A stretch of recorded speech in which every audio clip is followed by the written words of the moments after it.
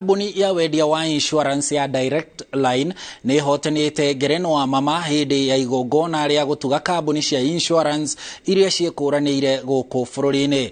Kambuni ya Direct Line ĩhotanĩte ngerenwa inyanya iria nĩ hamwe na kambuni ĩrĩa ĩraterebwo wega makĩria, kambuni ĩrĩa ĩrahũthĩra mĩtambo ya kĩrĩu gũkinyanĩria motungata make, kambuni ĩrĩa ĩkũranĩire harĩ kũgirĩrĩria ũici wa ũigithia na kambuni ĩrĩa ĩrĩ na motungata mega makĩria ma insurance. Mũrũgamĩrĩri wa kambuni ĩno ya Direct Line ũrĩa ũhetwo ngerenwa ya mũrũgamĩrĩri ũrĩa wĩkũranĩire thũgũrĩ-inĩ ya insurance augĩte kambuni ya Direct Line ĩgũthiĩ na mbere kũheana motungata mekũranĩire guothe bũrũri-inĩ.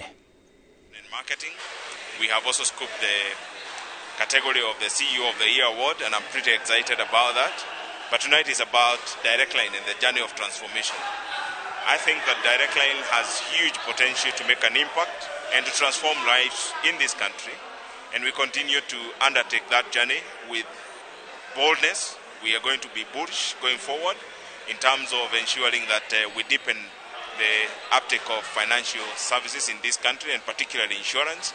And we are pretty excited that we have leveraged technology and we've been recognized by our peers for leveraging technology to achieve that objective. And I think going forward, you'll see a lot more of Direct Line. We're not done. We are here to do more.